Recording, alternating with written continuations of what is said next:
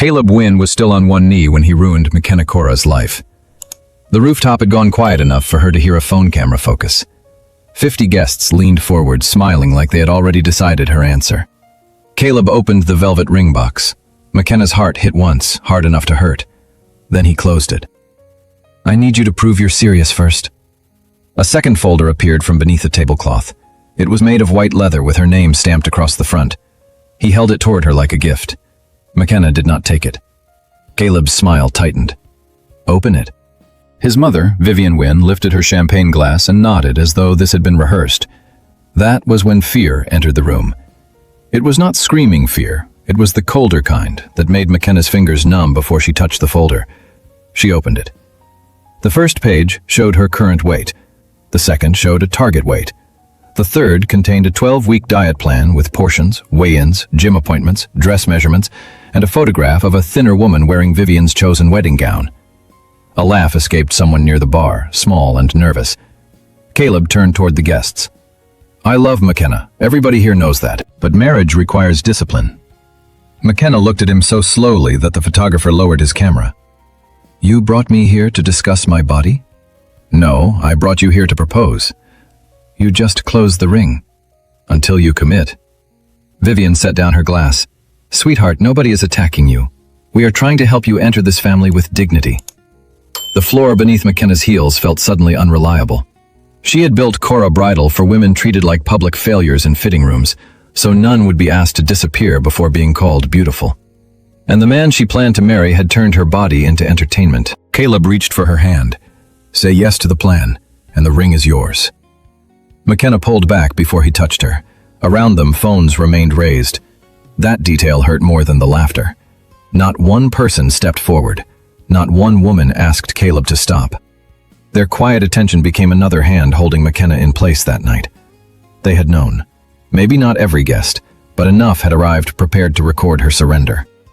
McKenna lowered her eyes to the folder again, not because she was ashamed, but because rage needed somewhere to go before it reached her mouth. The professionally bound pages included a signed nutritionist, reserved training sessions, Vivian's selected meals, and even a weight condition for their honeymoon. Then McKenna saw the tab hidden behind the diet plan. The tab read, "Corporate Documents." She opened it. The first page transferred voting control of Cora Bridal to Wynn Holdings upon marriage. The second gave Caleb authority over company accounts. The third allowed Vivian to replace McKenna as creative director and license her designs without approval. McKenna's fear vanished. Something sharper took its place. "Did you read these?" Caleb stayed on one knee, but the performance had left his face. "We can discuss the business terms privately." "You wanted my answer publicly, McKenna. You wanted cameras when you asked me to shrink. Let them stay on while you explain how you planned to steal my company." The room changed. Guests began lowering their phones. Vivian stood. Caleb rose so fast his knee struck the table. "This is not theft, it is protection. Your company is growing too quickly, and you do not have the structure to manage it. I built it before you knew my name, and I can make it bigger. You were going to make it yours." His jaw hardened. "Do not embarrass me." McKenna almost laughed. He had placed her weight on printed paper in front of 50 people, but somehow her refusal was the embarrassment. Before she answered, "Remember this moment. Subscribe because every subscription tells us these carefully built stories are landing, and helps us keep bringing you romances where humiliation never gets the final word." Caleb reached for the folder. McKenna stepped back and held it against her chest. "Give me that." "No." His voice dropped. "Do not make this worse." "For whom?" Vivian moved around the table, all polished elegance and controlled fury. "McKenna, you are emotional. Hand Caleb the documents, accept the plan, and we can still save tonight." "Save it from what?" "From becoming the story people tell about you." McKenna looked across the rooftop at the faces watching her. Vivian continued, softer now, which made every word uglier. "You know how people are. They will say Caleb offered you everything and you threw it away because you could not control yourself." There it was. It was the trap beneath the trap. If McKenna agreed, they took her body and her company. If she refused, they would call her unstable, ungrateful, difficult, and too proud to improve. Caleb took one step closer. "You have 30 seconds to decide whether you want to be my wife." The rooftop doors opened before he reached 29. Cold air swept through the room. The musicians stopped. 3 men entered first, dressed in black, their attention moving across the rooftop with the quiet precision of people who never needed to announce danger. Park Sun-ho came behind them. Then Yoon Tae-sung walked in. He wore a black 3-piece suit with no tie. He looked neither hurried nor surprised. He looked like the entire evening had been waiting for him. Caleb went pale. Vivian's hand tightened around her champagne glass. Taesung's gaze moved from the closed ring box to the diet folder in McKenna's arms, then to the cameras still pointed in her direction. "Continue," he said. Nobody did. Caleb forced a laugh. "This is a private family event." Taesung looked at the guests. "Then why are there 50 witnesses?" His voice was calm. That frightened them more. McKenna knew his name from rumors about ports, politicians, and men who disappeared after expensive mistakes. She had never expected the most dangerous man in the city to look at her as though she was the only person on the rooftop who had not disappointed him. Caleb stepped between them. "Whatever business you have with my father can wait." Taesung's eyes shifted to him. "Your father no longer has business. He has debt." The color drained from Vivian's face. Taesung walked past Caleb and stopped in front of McKenna. He did not reach for her. He looked at the folder. "May I?" The question startled her more than the armed men. McKenna handed it over. Taesung read the first page, then the second. His expression did not change until he reached the corporate documents. That was when something cold entered his eyes. He turned to Caleb. "You proposed marriage with a seizure agreement." Caleb swallowed. "You do not understand the context." "I understand theft." Taesung closed the folder and handed it back to McKenna. Then he took the velvet ring box from the table. Caleb moved forward. Sun-ho moved once, barely an inch, and Caleb stopped. Taesung opened the box, studied the diamond, and shut it again. A man who asks a woman to become smaller before marrying her has already confessed that he is too small to deserve her. Nobody laughed this time. Taesung placed Caleb's ring box against his chest and released it. Caleb caught it clumsily. Then Taesung removed a ring from his own hand. A black diamond sat in heavy gold, with a dark crest cut into the setting. Caleb stared at it as though he had seen a weapon. "No," he whispered. For the first time that night, Taesung smiled. There was no warmth in it. "Now you recognize what is happening." He turned back to McKenna and opened his palm. The ring rested there between them. McKenna did not touch it. "What do you want from me?" Taesung's smile disappeared. "Tonight? Nothing. Men like you never want nothing." A flicker of approval crossed his face. Behind him, Sun-ho watched her with open caution. Taesung lifted his hand slightly, bringing the ring closer without forcing it into hers. "Then call it a choice. You can remain here while this family decides how much of you they are entitled to own." His gaze moved to the diet plan.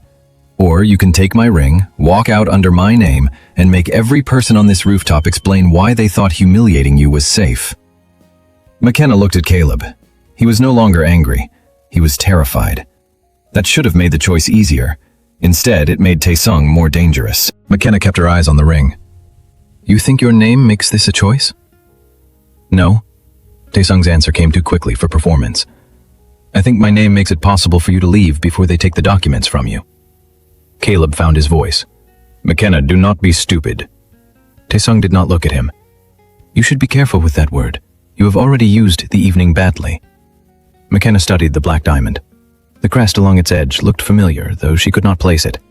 She looked at Taesung. "If I take that ring, what does everyone here believe?" "That you are under my protection." "Not engaged to you?" His gaze held hers. "That depends on what keeps you safest." He was offering rescue in the language of possession and expecting her to be grateful for the difference. McKenna closed the diet folder. "No." The word traveled across the rooftop. Caleb smiled with sudden relief. Taesung only lowered his hand.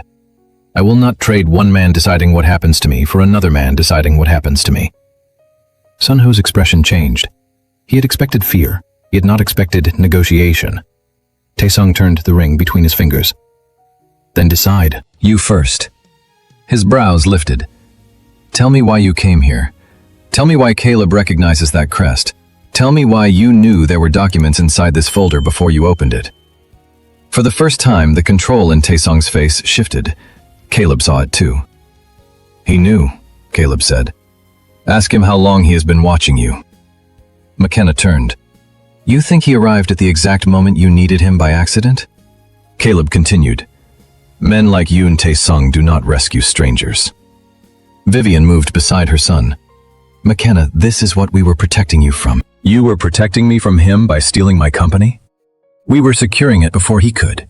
Tae-sung looked at Vivian. Stop speaking before your fear becomes useful. Vivian did. McKenna faced him again. Answer me. He slid the ring back onto his finger. I came because Caleb's father moved money through your company without your knowledge. What money? Money that does not belong to him.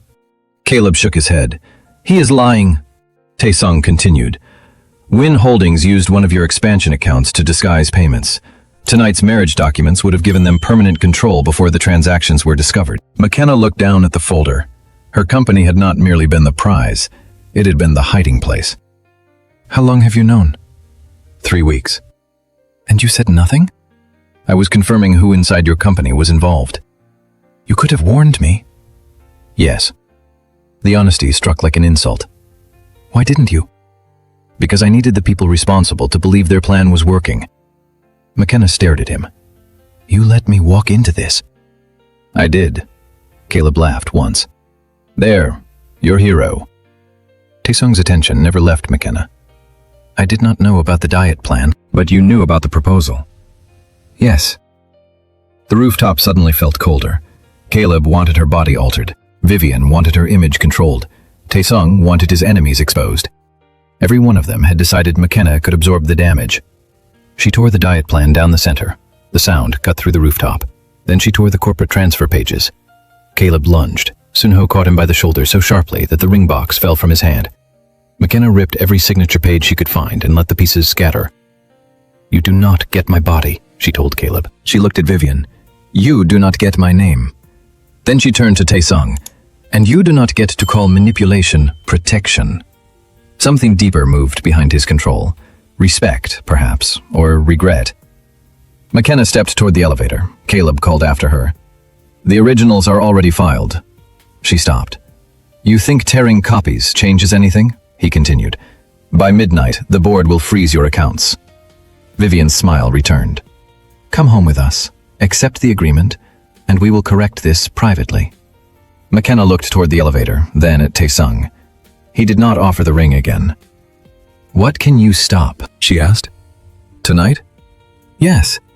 The account freeze, the board transfer, any attempt to remove you. And tomorrow? That depends on whether you are willing to fight. I have been fighting since before you entered this room. I know. The answer carried something personal. Why do you know? Tae-sung removed a worn photograph from inside his jacket. He held it by the edges with the image turned away from the guests, then stepped close enough that only McKenna could see. A much younger Tae-sung stood beside a black man with McKenna's eyes. Her father. The rooftop disappeared around her. She reached for the photograph, and Tae-sung waited until her fingers closed safely around its edge. It had been taken years before her father died. He stood beside Tae-sung outside a warehouse, one hand resting on the younger man's shoulder. Where did you get this? From him. My father never mentioned you. He was trying to keep you alive. Fear returned, sharper than before. What does that mean? Tae-sung looked toward Caleb and Vivian. This rooftop is not the place for the rest. McKenna hated that he was right. She hated more that Caleb watched the photograph like someone who knew what it meant. She faced him. What did my father have to do with your family? Caleb's mouth opened. Vivian gripped his arm. That was answer enough. McKenna turned back to Tae-sung. My conditions. Sunho looked at his boss. Tae-sung nodded once. I keep control of my company. My employees are protected. Nobody enters my home. Nobody follows my sister without her knowledge. Nobody touches me without permission. You tell me the truth about my father, and if I leave afterward, your men do not stop me. And the ring? Tae-sung asked. I wear it only long enough to stop them. He removed it again but did not reach for her. He held it out and waited. If you take it, the room will believe what it needs to believe. McKenna took the ring herself. The metal was warm from his skin. She slid it onto her finger. It fit perfectly. That frightened her more than the armed men. You knew my size. Yes. How? For one irrational second, McKenna imagined the ring had been measured against her hand while she slept. The thought sent heat across her skin, followed by anger at herself for noticing the warmth of his metal at all. Taesung watched her study it. It can be removed whenever you choose. That is not what Caleb implied. Caleb knows stories, not facts. What story? That women who enter my family disappear inside it. McKenna raised her eyes. Do they? His face gave her nothing. Some entered for power. Some entered because they were afraid. None of them were you. That is not an answer. No, it is the warning you asked for. Sunho glanced toward them, unease tightening his mouth. A glass crashed near the bar. Taesung's men reacted instantly. Sunho turned toward the stairwell. Taesung shifted in front of McKenna without touching her, placing his body between hers and the room. The movement was automatic, so was Caleb's panic. She cannot leave with you. McKenna looked around Taesung's shoulder. You lost the right to use that word. Caleb's face twisted. Ask him what happens to women who wear that crest. Taesung's jaw tightened. There was another secret there. McKenna stepped into the elevator first. Taesung remained outside until Sunho confirmed it was clear, then joined her. The doors began to close. Caleb pushed forward. You will come back when you find out what he is. McKenna met his eyes through the narrowing gap. No, I will come back for my company. The doors shut. Inside, the music disappeared. McKenna stared at the ring. Taesung stood close enough to protect her, far enough to keep her condition. You could have told me, she said. Yes. You keep admitting things as though honesty after the damage deserves praise. It does not. The elevator descended. McKenna looked at the photograph. My father died in a car accident. Taesung's reflection went still. That is what you were told. McKenna turned toward him. Before she could ask another question, the elevator lights went out. The darkness lasted less than 2 seconds. Taesung moved before McKenna could breathe. One arm came across her without closing around her, forming a barrier between her body and the elevator doors. His other hand reached beneath his jacket. Emergency lights flashed red. The elevator stopped. McKenna heard metal scrape above them. Do not touch the doors, Taesung said. I was not planning to. His head turned slightly, listening. A dull impact struck the roof of the elevator. McKenna's pulse climbed into her throat. Taesung pressed the emergency panel. Nothing answered. Sunho? His earpiece remained silent. Another impact hit above them, harder this time. McKenna looked at the dark ceiling. Is someone trying to get in? Yes. The answer was calm enough to terrify her. Taesung took one step back, placing McKenna behind his shoulder while leaving space between them. You can hold my jacket if the elevator drops. That is your comforting sentence? It is the most useful one. The ceiling panel shifted. Taesung drew a compact black pistol. McKenna stared at it. You brought a gun to an engagement dinner. I brought several men with guns. The distinction matters.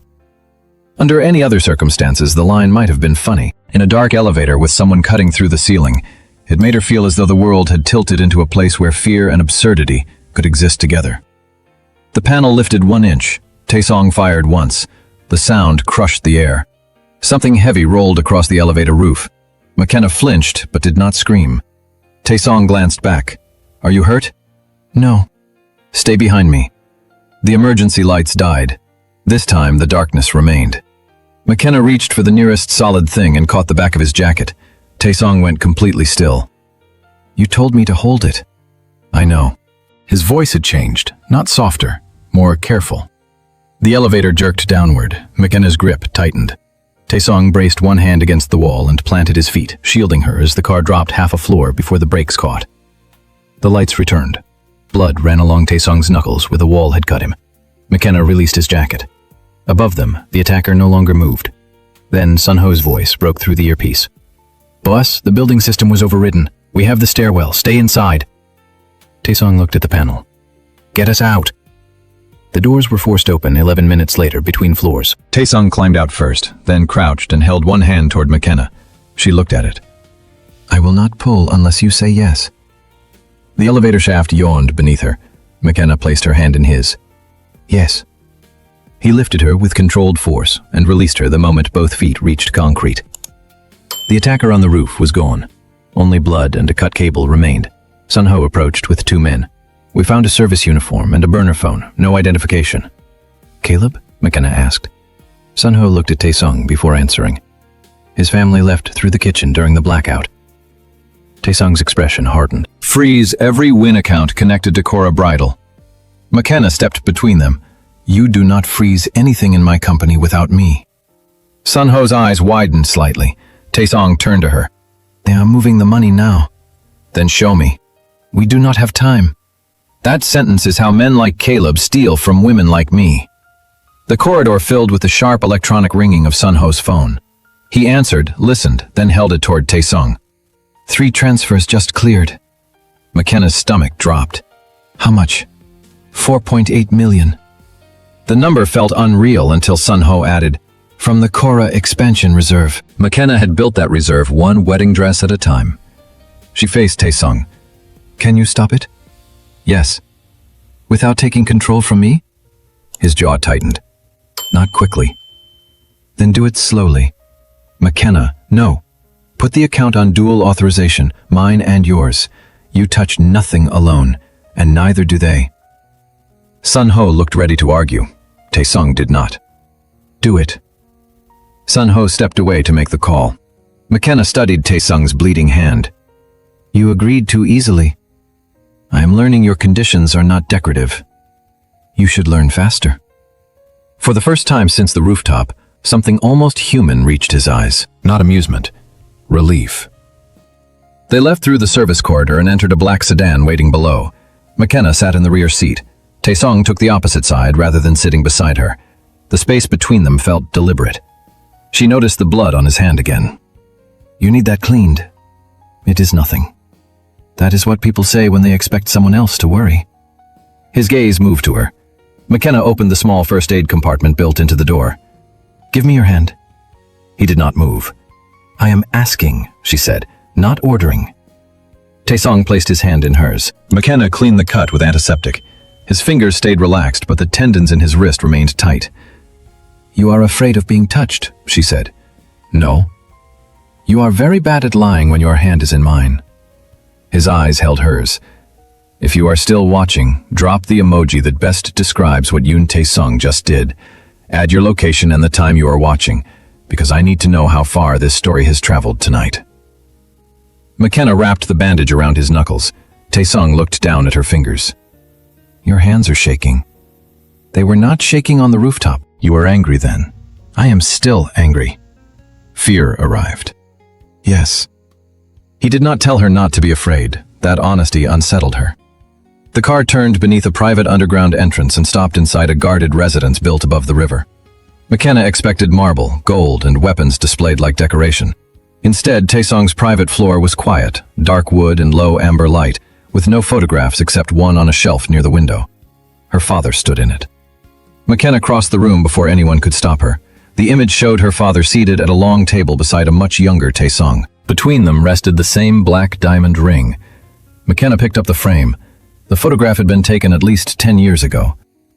How long has this ring existed? Taesung remained near the entrance. It belonged to my mother. Why was it beside my father? He was holding it for me. For what? Taesung's eyes moved to the ring on her finger. McKenna's skin went cold. No. He made me promise. You said the ring was chosen for me years ago. It was. By you? Taesung did not answer quickly enough. McKenna set down the photograph. By my father? Before Taesung could speak, the private elevator opened. A woman stepped out wearing an ivory silk suit and a diamond engagement ring. Ara looked from Taesung to McKenna, then to the black diamond on McKenna's hand. Her face did not break. That made her anger more dangerous. So it is true, Ara said. McKenna looked at the diamond on Ara's finger. Taesung's control returned like a locked door. Ara, leave. She ignored him. My family was told that ring would be mine. McKenna removed the black diamond at once. Taesung's voice sharpened. Do not. McKenna held the ring between two fingers. You told me it could be removed whenever I chose. Ara gave a quiet, bitter laugh. He tells women that when he needs them calm. McKenna looked at Taesung. The ring suddenly felt heavier than metal. Ara stepped closer. Did he also tell you he ordered it resized last month? McKenna's fingers stopped.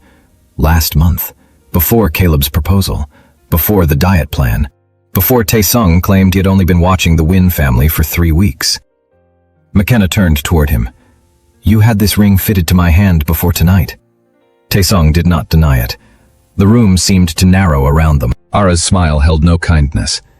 "Ask him what else he prepared before you knew you needed saving."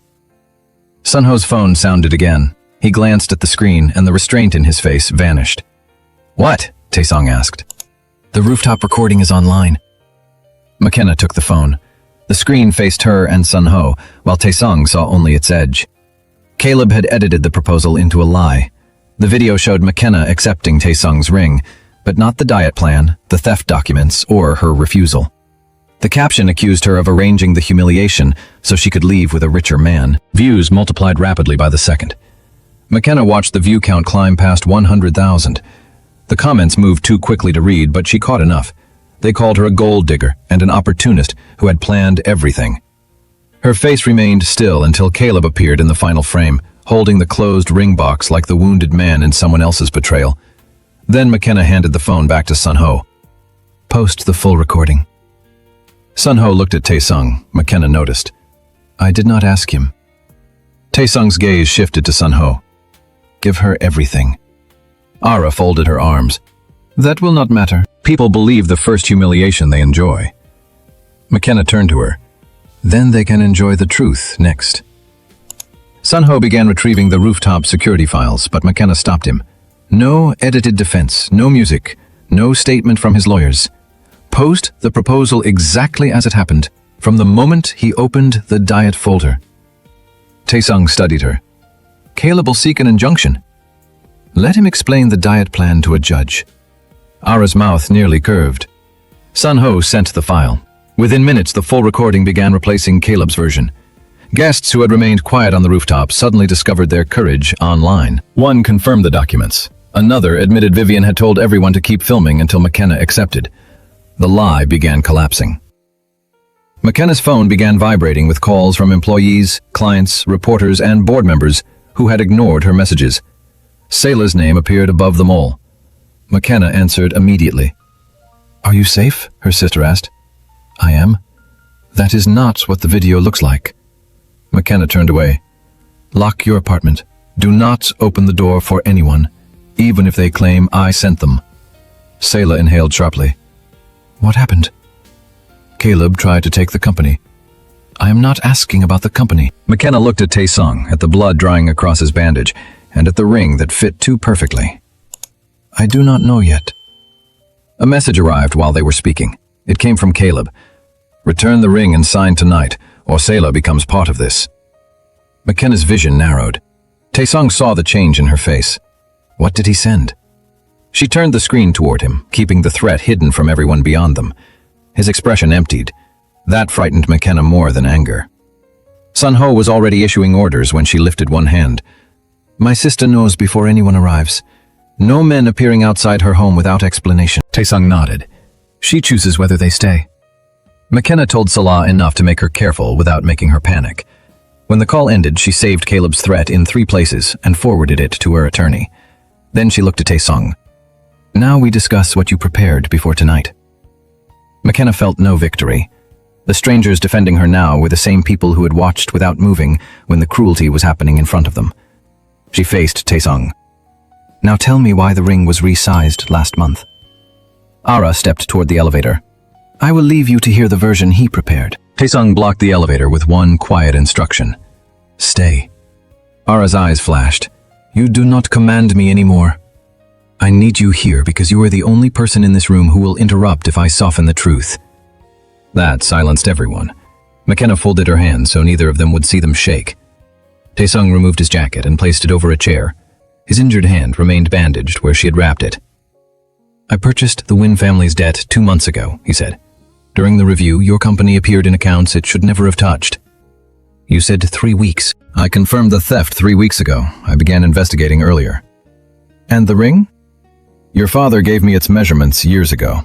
McKenna stared at him. "My father knew my adult ring size?" "No, he left one of your rings with me." The room went cold. "What ring?" "A silver one you wore when you were 19. McKenna remembered it immediately. a thin band her father claimed had been lost during their final move. You kept something of mine for all these years? Yes. That is not romantic. I know. It is frightening. I know that too. Ara watched him without sympathy. Tell her the rest. Taesung's jaw tightened. McKenna stepped closer. What rest? I knew Caleb planned a public proposal. I knew the transfer documents would be there. I allowed the evening to proceed because I needed him to present them willingly in front of witnesses. You used me as evidence. Yes. The word struck harder than denial would have. You knew I would be humiliated. I knew he would pressure you. I did not know how. But you let it happen. Yes. McKenna pulled the black diamond ring from her finger. Taesung's expression changed, but he did not move to stop her. You watched me walk into a trap because it helped you catch Caleb. I believed I could intervene before he harmed you. You decided what level of harm was acceptable. His eyes lowered. There was no defense in him now. McKenna placed the ring on the table between them. I am finished being managed. She turned toward the elevator. Sunho moved aside. Taesung did not order anyone to stop her. That should have made leaving easier. Instead, McKenna found herself angrier because he had finally obeyed the boundary after breaking every one that led to it. The elevator doors opened. A man in a building security uniform stood inside. McKenna saw the gun before anyone else did. It rose from beneath his jacket. Taesung crossed the distance between them. The first shot shattered the glass wall. He drove McKenna to the floor behind the stone console, taking the impact of her fall against his own shoulder. Sunho fired toward the elevator. Ara dropped behind the chair. A second shot struck Taesung high in the side. His body jerked. McKenna heard herself say his name. He stayed over her until Sunho shouted that the attacker was down. Only then did Taesung's strength give way. McKenna caught him before his head hit the floor. Blood spread beneath her hand. Call an ambulance. It is coming, Sunho said. Taesung tried to rise. McKenna pressed him down. Do not move. His eyes found hers. You were leaving. I still am. Good. The answer made her furious. You do not get to approve it. A faint breath left him, almost a laugh, almost pain. Sunho tore open a medical pack and pressed gauze into McKenna's hand. She held it against the wound while Taesung's face lost color. Ara crawled closer and picked up the attacker's fallen phone. Its screen faced her, away from the others. Caleb sent the building access code, she said. McKenna looked at the dead man near the elevator. Caleb had not merely stolen from her. He had tried to make sure she could never expose him. Taesung's fingers closed weakly around McKenna's wrist, then released at once. Permission, he whispered. She understood. McKenna took his hand herself. Yes. His grip tightened. For one dangerous second, all her anger remained, but it had to share space with terror. The ambulance team arrived through the private entrance.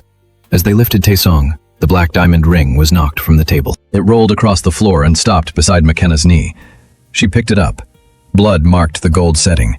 A thin inner plate had shifted open from the impact. Beneath it was an engraved symbol. McKenna stopped breathing. She had seen that symbol before, on the sealed envelope found among her father's belongings after his death. She carried that envelope in her bag for 10 years without understanding it. McKenna looked toward Taesung. His eyes remained open as the paramedics moved him toward the elevator. She held up the ring. What is this symbol? Taesung said nothing. Do not lie to me again. The paramedics paused. Sunho looked away. Ara's anger disappeared, replaced by something close to pity. Taesung's voice came rough and low. Your father belonged to the same oath I did. McKenna moved closer. What oath? The one that killed him. The room tilted. My father died in a car accident.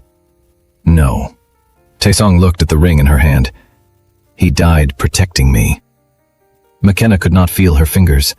Taesung's gaze held hers as the elevator doors began closing around him. That ring was the promise I made beside his body. Ring if you need part 2.